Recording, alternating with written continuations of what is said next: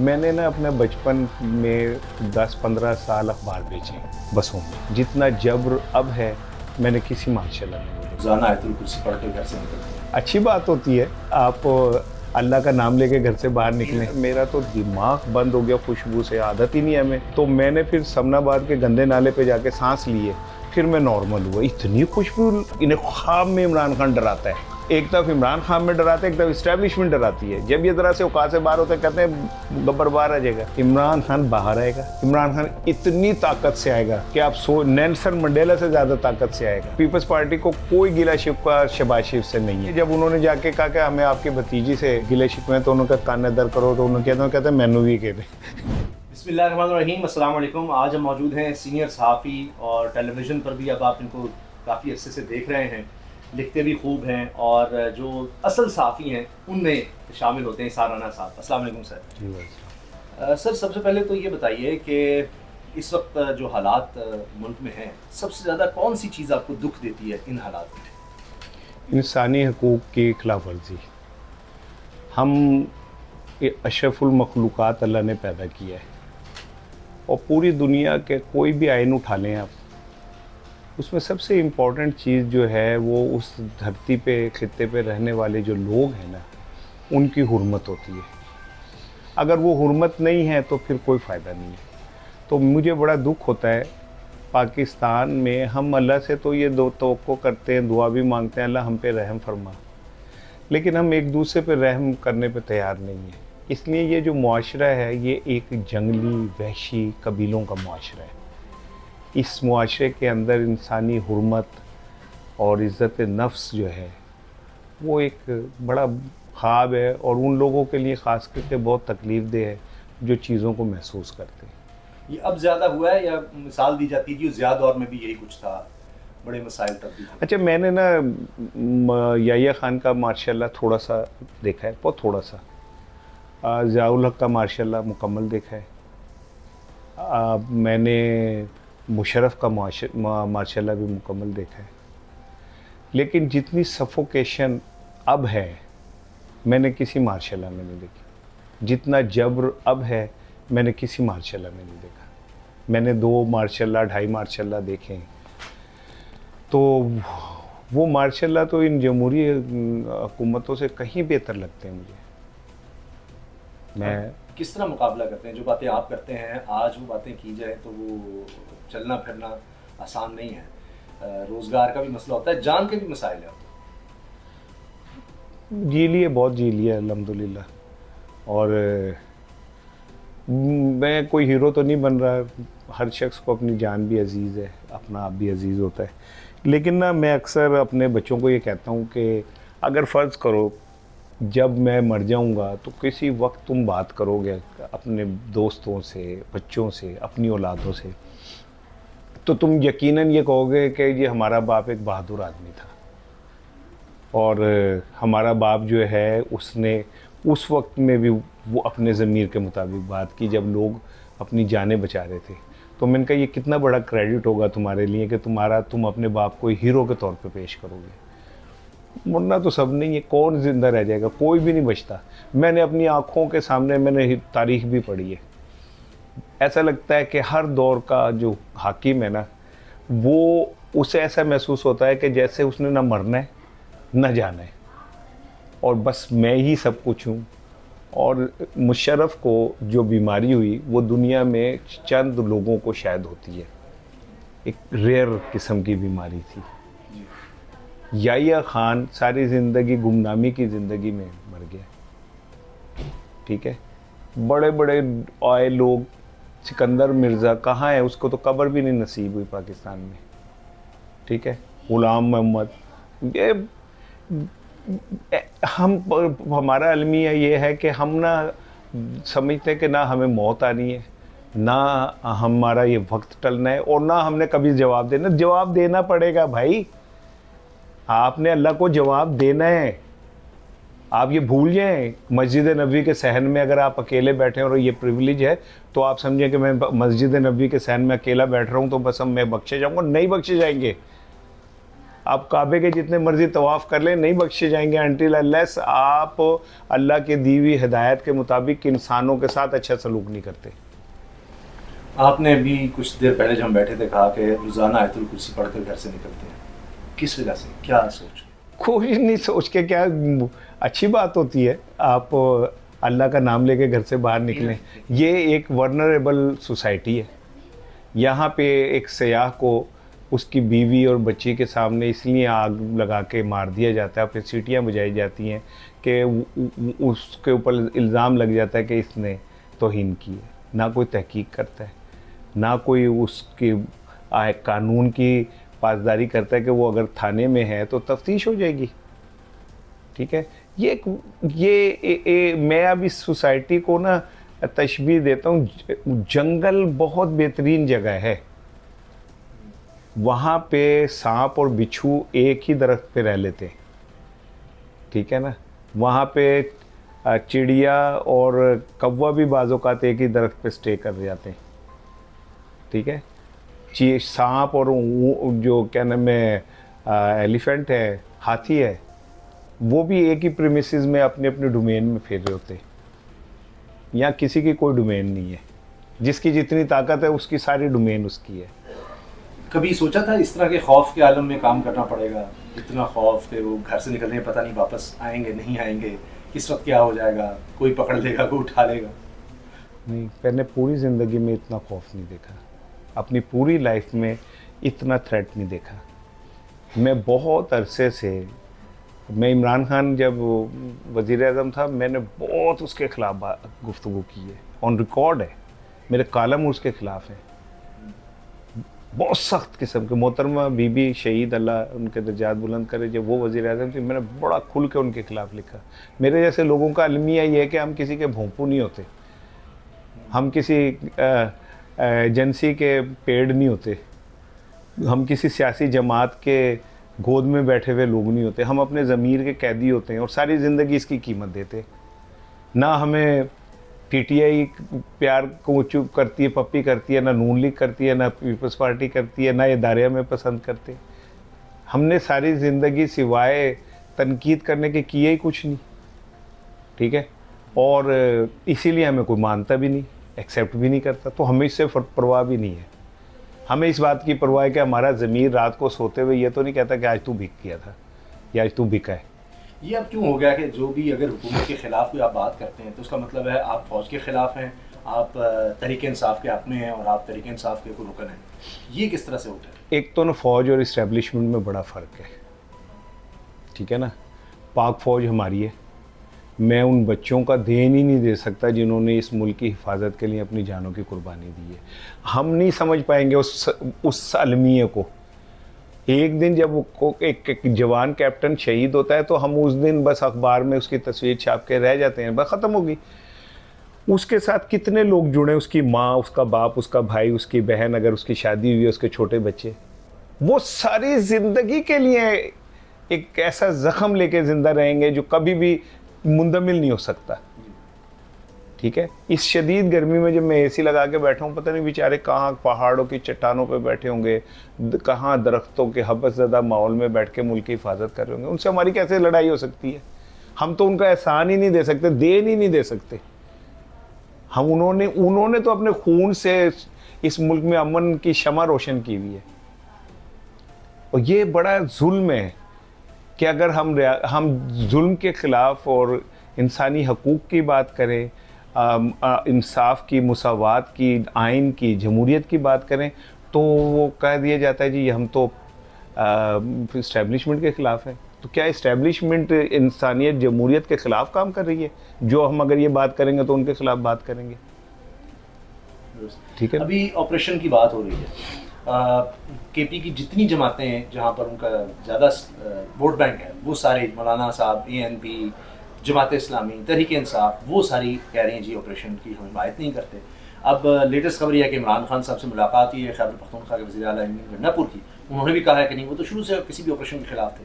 तो क्या इनके बगैर या इनको साथ शामिल किए बगैर और दीगर भी जो जमातें हैं, क्या कोई ऑपरेशन कामयाब हो सके?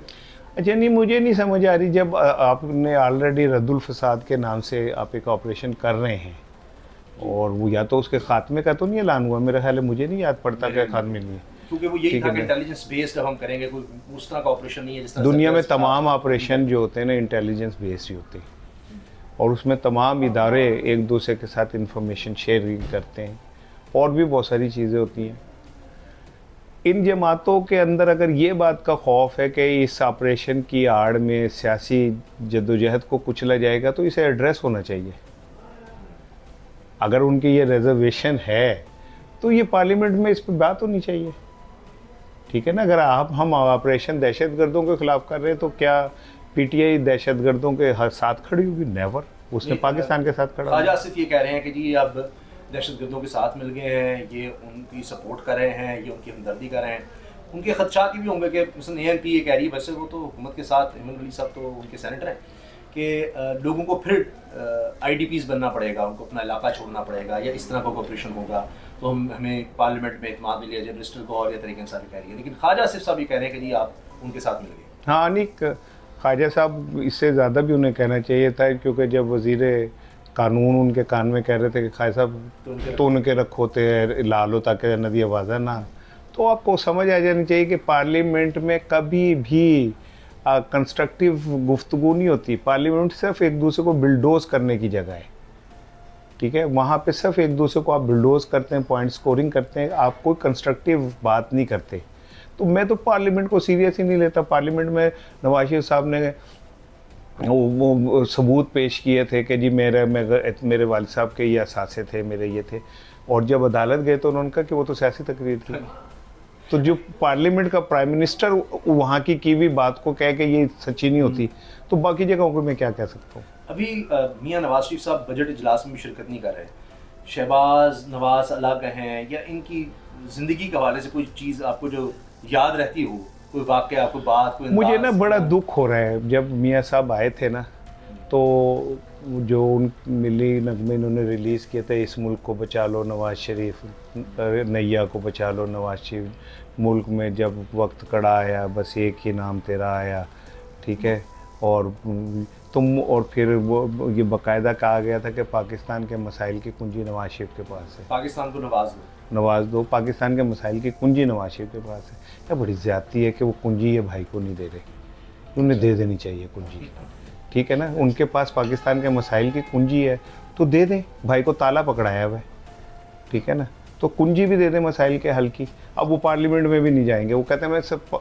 वैसे देखें, बात ये, एक बात मैं मानूंगा मियां नवाज शरीफ साहब की, उनकी इस बात को मैं सलाम पेश करता हूँ कि वो पार्लियामेंट नहीं जाएंगे। उन्हें क्योंकि पता है कि वो पार्लियामेंट में जीते हुए नहीं है, तो वो पार्लियामेंट भी नहीं जाएंगे। देखिए, जो बात उनकी बात सही है वो उसको मानना चाहिए।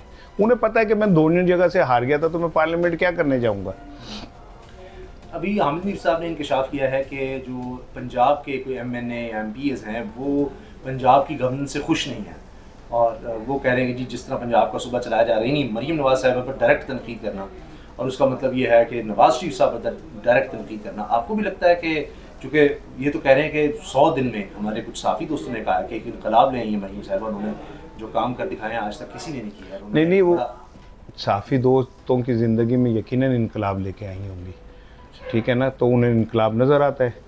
तो अदरवाइज़ वो साफ़ी दोस्त उनसे कहे चले मेरे साथ, मैं आपको लाहौर, पंजाब तो छोड़ दें, आप लाहौर को, ये बिल्कुल ऐसे ही है जैसे अगर एक मरीज़ हो, कार्डिक भी हो, असाबी भी हो, शुगर का भी हो, और यूरिक एसिड, कोलेस्ट्रॉल भी हाई हो, आप उसकी उंगली पे ना सनी प्लास लगा के कहें देखा कैसा इलाज किया है, उंगली चेक करो कितनी लगती पई है, गुलाब का स्प्रे, ठीक है ना। हाँ, वो मैंने वो अब हमारा भाई है छोटा फ़रूख वड़ैच, उसने मेरा इंटरव्यू करने आया था, तो उसने कहा कि जी यार, मैंने कहा यार मेरा तो दिमाग बंद हो गया खुशबू से, आदत ही नहीं है हमें।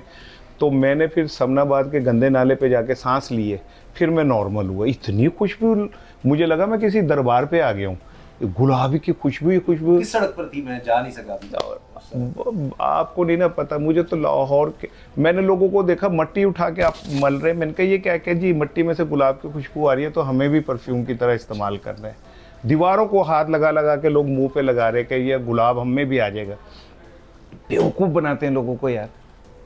एक गुलाब की शीशी, एक अर्के गुलाब, कितने मन गुलाब को पीसने के बाद पैदा होती है। ये हज़ारों रुपए की है। अब हुआ क्या है कि गुलाब के नाम पे आपने एसेंस दो कुछ जगह छिड़क दिए, अब आप पूरे गुलाब के पैसे लेंगे बजट में।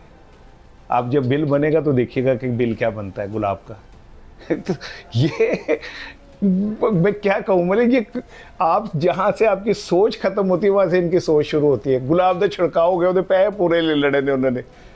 गुलाब की एक बोतल मैंने आपको बताया कितने मन गुलाब को जब निचोड़ेंगे अर्क बनाएंगे तो गुलाब निकलता है, अर्क निकलता है। अब ये अर्क के गुलाब के पैसे ले लेंगे, अल्लाह खैर सला।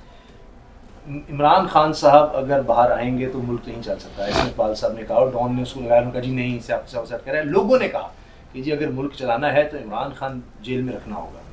ये इस तरह से स्ट्रेटजी आपको नज़र आ रही है कि ये हुकूमत या ये मुल्क ऐसे ही चलेगा? इनकी सर्वाइवल इसी में ही है। ये 9 मई के पीछे ना छुपें, इस्टेब्लिशमेंट के पीछे ना छुपें, ये सारे इकट्ठे हो जाएं। इमरान खान को सब 1 घंटे के लिए बाहर निकाल दें पाकिस्तान, जेल से बाहर निकाल के बगैर लोगों को बताए। अचानक है इमरान खान बाहर आ गया, वहाँ जाकर खड़ा है, अगर पाकिस्तान ब्लॉक ना हो जाए तो मुझे पकड़ लीजिएगा। मैं आपको ऑन लाइव कह रहा हूँ, ये इमरान खान, इन्हें ख्वाब में इमरान खान डराता है कि मैं बाहर आ गया। एक तरफ इमरान खान में डराते हैं, एक तरफ इस्टेब्लिशमेंट डराती है। जब ये तरह से औकात से बाहर होते हैं कहते हैं गब्बर बाहर आ जाएगा, ठीक है ना। गब्बर बाहर आ गया ना तो कोसों दूर तक जब कोई गब्बर आता है ना तो सब कहते हैं सो जा नहीं तो गब्बर आ जाएगा। तो ये इस्टेब्लिशमेंट ने कहती है सो जाओ नहीं तो गब्बर आ जाएगा, ठीक है। और एक बात याद रखिएगा, अभी ऐसे लग रहा है इमरान खान को निकलना मुमकिन नहीं, उसके ऊपर केसेस जमानतें होंगी, नए केस, ऐसा होता रहेगा। इमरान खान बाहर आएगा, इमरान खान इतनी ताकत से आएगा कि आप नेल्सन मंडेला से ज़्यादा ताकत से आएगा, वो इमाम खुमैनी साहब से ज़्यादा ताकत के साथ आएगा। और वो इस मुल्क का गेम चेंजर है। आज सऊदी अरब, यमन, कुवैत, इराक, फला अमेरिका, चीन क्या कह रहे हैं आपको, भाई पाकिस्तान में इस्तेकाम लेके आओ। तो इस्तेकाम ये तो सारे तो इकट्ठे हुए हो, कोई बंदा जेल ही जगह है तो वो जेल में तो इस्तेकाम नहीं आ रहा। आपको समझ नहीं आ रही बात कि एक बंदा इतना रियासत पे भारी है कि वो जेल में भी है तो इस्तेकाम नहीं है, और सारी दुनिया कह रही है पैसे तब लगाएंगे जब तुम मुल्क में इस्तेकाम आएगा। इस्तेकाम तब आएगा जब इमरान खान बाहर आएगा, और इमरान खान जब बाहर आएगा तो मुल्क के अंदर जमहूरी निज़ाम बेहतर हो जाएगा, ठीक हो जाएगा। वो तो कहते हैं हम फिर जेल में होंगे, तो इसलिए वो तो सर्वाइवल की जंग है, वो किसी सूरत कहते हैं या हम है या भाई बात यह है, इसमें भी 2 फ़र्क हैं। इनकी सर्वाइवल इसमें कि हुक्मरान है, इमरान की सर्वाइवल तो जेल में भी उतनी है। इमरान तो जेल में भी उतना ही सर्वाइव कर रहा है। उसकी शोहरत, उसके अवाम में मोहब्बत, पजीराई में 1 इंच भी फ़र्क नहीं पड़ा, बढ़ रही है। लेकिन बढ़ रही है। स्टेबिलिटी कैसे होगी? वो कहते हैं जी आएंगे वो एहतजाज शुरू कर देंगे, हमारी तो हुकूमत गिरा देगा। मैं आपको एक बात स्टेबिलिटी बताऊं, नहीं आएगी। देखें पाकिस्तान की 2 हकीकतें हैं। पीटीआई एक पॉलिटिकल हकीकत है, इस्टेब्लिशमेंट एक हकीकत है। और पाकिस्तान को अगर आगे लेके जाना है तो इन 2 हकीकतों को एक दूसरे को तस्लीम करना होगा। इमरान खान को इस्टेब्लिशमेंट को तस्लीम करना होगा, इस्टेब्लिशमेंट को इमरान खान को तस्लीम करना होगा। जैसा है जहाँ है की बुनियाद पे, ठीक है ना, ये जुमला जो है ना, जैसा है जहाँ है की बुनियाद पे तस्लीम करना होगा। जब ये एक दूसरे को तस्लीम कर लेंगे मुल्क में बेहतरी आ जाएगी। और मैं इस्टेब्लिशमेंट से रिक्वेस्ट करता हूँ, हाथ जोड़ के रिक्वेस्ट करता हूँ, पाकिस्तान की बका के लिए, पाकिस्तान की तरक्की के लिए माएँ बच्चों को माफ़ करती है। रियासत माँ की तरह है, माएँ बच्चों को माफ़ कर देती हैं, और माफ़ करने से माँओं का कोई कद नहीं कम होता, ठीक है। माँ माई है। और एक जुमला और कि आप सल्लल्लाहु अलैहि वसल्लम ने फरमाया था कि अगर आजिज़ी से किसी का कुछ जाता है तो क़यामत के रोज़ मुझसे ले ले। ये तो इतना बड़ा सौदा है। अगर इस्टेब्लिशमेंट ज़रा सी आजिज़ी दिखा के माफ़ कर देती है तो क्या होगा यार। हम भारत से मुज़ाकरात कर सकते हैं, हम अफ़गानियों से जिन्होंने हमारे मुल्क का बेड़ा गर्क कर दिया उनसे मुज़ाकरात कर सकते हैं, हम बलोचियों से वो जो पहाड़ों पे चढ़े हुए होते हैं हमारे साथ हम पे हमला करते हैं उन्हें माफ़ कर सकते हैं। ये मुज़ाकरात तो हम आपस में क्यों नहीं कर सकते यार। सबसे ज़्यादा फीडबैक किस आपकी बात पर आया, किस खबर या तज्ज़िये पर आया, पॉजिटिव या नेगेटिव, जिसमें बहुत ज़्यादा रिएक्शन आया?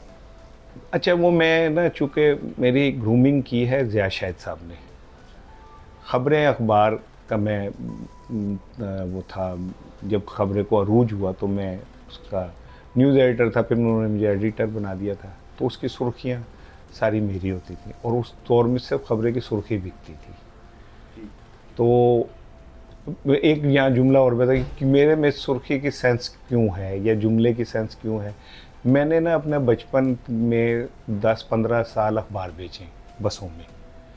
तो जो बंदा बसों में अखबार बेचता है ना, उसकी सेंस, न्यूज़ सेंस बहुत बढ़ जाती है। क्योंकि मैं जब अखबार लेके बस में चढ़ता था और मुझे पता था कि मैं किस सुर्खी की आवाज़ लगाऊंगा तो लोग अखबार खरीदेंगे, ठीक है ना। तो मैं पढ़ने वाले की नफ्सियात को सीख गया था। तो बहुत सारे जुमले मेरे अल्हम्दुलिल्लाह, जैसे अभी ताज़ा यही मैंने जो खुशबू वाला बताया है, तो वो बड़ा मशहूर हुआ कि मैंने फिर जाके समनाबाद के गंदे नाले पे सांस लिए, तो मुझे क्या कहते हैं वो आया। इस तरह और भी बेशुमार जुमले हैं जो अल्हम्दुलिल्लाह, जैसे खान साहब की जब तस्वीर वायरल हुई थी तो मैंने कहा था कि साली एक तस्वीर इस सिस्टम को हिजड़ा बना देती है, तो एक तस्वीर ने हिजड़ा बना दिया था, सारे हिजड़ों की तरह वो हो गए थे। तो वो अल्लाह का शुक्र है, जुमले उतरते रहते हैं, बोलते रहते हैं। कब तक आप ये हालात देख रहे हैं? आखिरी सवाल। अल्लाह भी कहता है कि हर मुश्किल के बाद आसानी है, और मेरा यकीन है हर मुश्किल के बाद आसानी है। अल्लाह बेहतरी फरमाएगा। मुझे इससे कोई गर्ज नहीं कि कौन आता है या कौन नहीं आता है, कौन रहता है या नहीं रहता, मुझे कोई गर्ज नहीं है। मुझे गर्ज ये है कि यार ये जो गरीब लोग हैं, ये बेचारे, इनकी ज़िंदगी बहुत मुश्किल में है। सर अभी तो बजट पास होना है। अभी होना है, अभी हुआ नहीं है। जो बजट में चीज़ें नज़र आ रही हैं वो तो गोल्ड लीफ की डब्बी 500 से 550 की हो गई। बजट के बाद ये 600 सवा 600, मैंने को लगता है 340 रुपये लीटर होगा, और जो खुला दूध है वो भी 30 से 50 रुपये बढ़ेगा। तो फिर आप अंदाज़ा करें कि एक आम आदमी की ज़िंदगी, ये जो रट्टू तोते हैं ना, जो जिन्हें आज़रबाईजान की बास्केटें मरियम साहिबा पहुँचाती रही हैं साफ़िया को, जिनको महंगाई 40 से पता नहीं 18% पे आती नज़र आ रही है, उनसे कहें आप में निकले बाहर। कम हो गई है। हाँ, वो खुद में उनकी अपनी मईशत संभल गई हुई है, ठीक है ना। तो अभी मेरे साथ चलें, बाज़ार में चलते हैं और लोगों से वैसे ही गुफ्तगू कर लेते हैं कि कहाँ तक महंगाई पहुँची है, ये कहाँ तक गई है, उन्हें नज़र आ जाएगी। अभी पेट्रोल महंगा होने लगा है, लवी तो आपको पता है 20 रुपये लगा रहे हैं। अगर ये बजट इसी तरह से पास हो जाता है, जो नज़र आ रहा है अभी, पीपल्स पार्टी की भी तमाम ख्वाहिशात जो थी कि जिन्हें जनूबी पंजाब में हिस्सा चाहिए, वो पूरी हो गई हैं। बजट शड़क पे तो वैसे ऐसे ही था ना सारा। तो ऐसी गवर्नमेंट, आप तारीख भी 75 साल की तारीख है, दुनिया की भी एक तारीख है ऐसी गवर्नमेंट से, कितना अर्सा सर्वाइव कर लेती हैं ऐसी गवर्नमेंट से? एक तो पीपल्स पार्टी की ये भूल है कि उन्हें पंजाब में कुछ मिलेगा, चाहे जो रिटर्न एग्रीमेंट छोड़ दें, रिटर्न एग्रीमेंट। राणा साहब ने कहा हमने सब बातें, मैं कह रहा हूँ, मैं रिटर्न एग्रीमेंट हो जाए या कुछ भी हो जाए, क्या है, कमिश्नर, तहसीलदार, डीपीओ हमारी मर्जी के लिए कुछ नहीं होगा। ये उनका रिटर्न एग्रीमेंट जो हुआ है ना, वो हुआ है, नहीं, वो कह रहे हैं कि बातें हो जाएगा। चंद साहब कह रहे हैं। अब मुझे बताएं कि ये हुकूमत से हुकूमत के मुज़ाकरात थे या सियासी जमात के सियासी जमात से मुज़ाकरात थे? मैं आपसे सवाल पूछता हूँ। ये भी आधा तीतर आधा बटेर है। सियासी जमातों के, पीपल्स पार्टी के नून लीग से तो नून लीग के सदर तो नवाज शरीफ है, उनसे क्यों नहीं हुए? वो राणा सनाउल्लाह साहब मिले तो हैं उनसे, आज मैंने पढ़ा है, अब उनको बता रहे हैं, मिलते रहे। पीपल्स पार्टी की ये बातें हमने मान ली, बिलावल आपको लगता है इनकार कर देंगे और सब खत्म? नवाज शरीफ इस मुज़ाकरात में इंटरेस्टेड ही नहीं है, वो अपनी बेटी में इंटरेस्टेड है और उनकी बेटी किसी में इंटरेस्टेड नहीं है सिवाय अपने, उसने किसी की नहीं सुन ली। पीपल्स पार्टी को कोई गिला शिकवा शहबाज शरीफ से नहीं है। ठीक है। बल्कि जब उन्होंने जाके कहा कि हमें आपकी भतीजी से गिले शिकवे हैं, तो उन्होंने कहा कान दर करो, तो उन्होंने कहते हैं मैनू भी कह रहे ठीक है ना। तो वो फिर ये होगा कि हम तो साथ नहीं दे रहे, जो हमारे मुआहदे थे, ये बिल पास हो जाएगा। अच्छा साथ नहीं दे रहे, वो पीपल्स पार्टी की क्या, वो साथ नहीं दे रहे जेड़े उत्ते अब्बू जी बैठे ने और ले वो साथ नहीं दे रहे, उन्होंने कहना फिर कादे लिए सदर थे ये वो है, वह भी देते ना तानू। आज क्या कहा फजलुर रहमान साहब ने, जो उन्होंने आज गुफ्तगू की है, उन्होंने कहा सियासी इत्तेहाद ये जरदारी और नवाज शरीफ की तरह के नहीं होते कि इत्तेहाद करके जब हुकूमतें आ जाएँ तो आप बाकियों को भूल जाएँ। ये आज कहा है उन्होंने। तो ये इत्तेहाद कैसे हुए, किसने कराए, वो तो अब मोहम्मद ज़ुबैर बता रहे हैं कि कैसे इत्तेहाद हुए और किसने करवाए। इस बंदर बांट में क्या क्या हुआ और उसके बाद उनका पता साफ हो गया। तो सवाल यही रह गया, कितना अर्सा, मैं ये नहीं कह रहा कि इस गवर्नमेंट के बारे में बता दें, अमूमी तौर पर जब इस तरह के हालात होते हैं या ये जो बजट एग्री पास हो जाता है, पाकिस्तान की हिस्ट्री देखते हुए ऐसी गवर्नमेंट कितना अर्सा सर्वाइव कर सकती है? सर्वाइव तो ये पहले दिन से नहीं कर रहे, ये तो इनके पीछे जो खड़े हुए हैं उन्होंने इनको ऐसे हाथ से यूँ करके किया हुआ है, ठीक है। अदरवाइज़ ये तो फिजिबल ही नहीं है हुकूमत, और ना ये क्या कहते हैं वो अपने आप को प्रूव कर रही है फिजिबल। ये तो जिन्होंने ये सिस्टम और ये सट बनाया है उनकी ख्वाहिश ये कि आप यहाँ रहें, क्योंकि उनके जहन में ये है कि हम दुनिया से करके और पाकिस्तान को उनकी सिंसियर एफर्ट हो सकती है। जनरल साहब की सिंसियर एफर्ट है, वो हम चीन भी गए हैं, जाके मिले हैं, और वो ये चाहते हैं कि पाकिस्तान के अंदर मुआशी इस्तेहकाम आ जाए, लेकिन इन लोगों के नाम पे नहीं आएगा, ये मैं आपको लिख के दे दूं, क्योंकि ये इनकी क्रेडिबिलिटी ज़ीरो है। ये तो आए थे कि हमारे शाह सलमान से ज़ाती ताल्लुकात हैं, और नवाज शरीफ से वहाँ से होकर आ रहे हैं। हाँ, तो वो पैसे लेके बैग में उठा के ला रहे हैं, कंधे पे रख के, बल्कि को आटे के थैले के अंदर भी वो डॉलर भर के उठाए हुए थे उन्होंने ना। बड़े बड़े नामवर लोग कहते थे वैसे ही नहीं गए, वो इसलिए गए। तो सर ये अब जजेस का जो सारा मामला है, इसमें कहा जा रहा है 2 तारीख अक्सरियत अगर मखसूस नशिस्तों की मिल जाती है तो हुकूमत कह चुकी है कि जी फिर हम एक्सटेंशन भी देंगे या जजेस को 2 साल मुद्दत बढ़ा देंगे, और कुछ जजेस को हम ट्रांसफ़र की पावर्स भी देंगे, ताकि जो इस्लामाबाद के 6 जजेस हैं इनको भी ज़रा इधर उधर हम भेज दें, किसी को बलूचिस्तान, जिस तरह हम पुलिस की ट्रांसफ़र करते हैं इस तरह कर देंगे। तो क्या ये उसमें आपको लगता है कि 2 तारीख अक्सरियत अगर सुप्रीम कोर्ट से मिल जाती है, मखसूस नशिस्तें यानी हुकूमत को ही मिल जाती हैं, उसके बाद ये आइनी तरमीम कर कर और फिर ये मजबूत हो जाएंगे? मुझे नहीं लगता कि इसको हक मिल जाएगा पीटीआई को उसका ना। आप चीफ जस्टिस साहब के 2 दिन से रिमार्क्स देखें तो ऐसा लगता है कि वो खुद वकील इस्तगासा है, ठीक है। हालांकि दुनिया के अंदर असूल ये होता है कि जो अदालत होती है ना वो मुद्दई या मुलजिम के साथ खड़ी होती है, ठीक है ना, विक्टिम के साथ खड़ी होती है, सॉरी। लेकिन चीफ जस्टिस साहब का रवैया ऐसे लग रहा है जैसे वो उन्हें बात करे आपने ये पागलपन किया है, आपने खुदकशी कर ली है, आपने फला कर लिया है, ठीक है ना, सारा उसूल तहरीक इंसाफ का। और वो बतौर चीफ जस्टिस उन्हें ये नहीं पता कि एक जमात को इलेक्शन ही नहीं लड़ने दिया गया, उससे निशान छीन लिया गया, उसके बंदे अगवा कर लिए गए, उनसे कागज़ छीन लिए गए, उनके पोलिंग एजेंट अगवा कर लिए गए, उनके पोलिंग कैंप नहीं लगने दी, उन्हें नहीं नज़र आया, उन्हें नहीं पता, वो बिल्कुल उन्हें कोई मासूम है। वज़ीरिस्तान का भी नहीं पता था दरखास्त आ गई, हाँ वो उन्होंने निशान लेने की, हाँ उनको ये भी नहीं पता। हाँ, तो वो बस वो अब अगर उन्होंने एक्सटेंशन ली तो मेरी बात याद रखिएगा कि इनका नाम जस्टिस मुनीर, मुश्ताक, कयूम उनकी सफ़ में लिखा जाएगा। ये हो सकता है और एक्सटेंशन ले ले, लेकिन इन्होंने रिटायर होना ही होना है, ठीक है।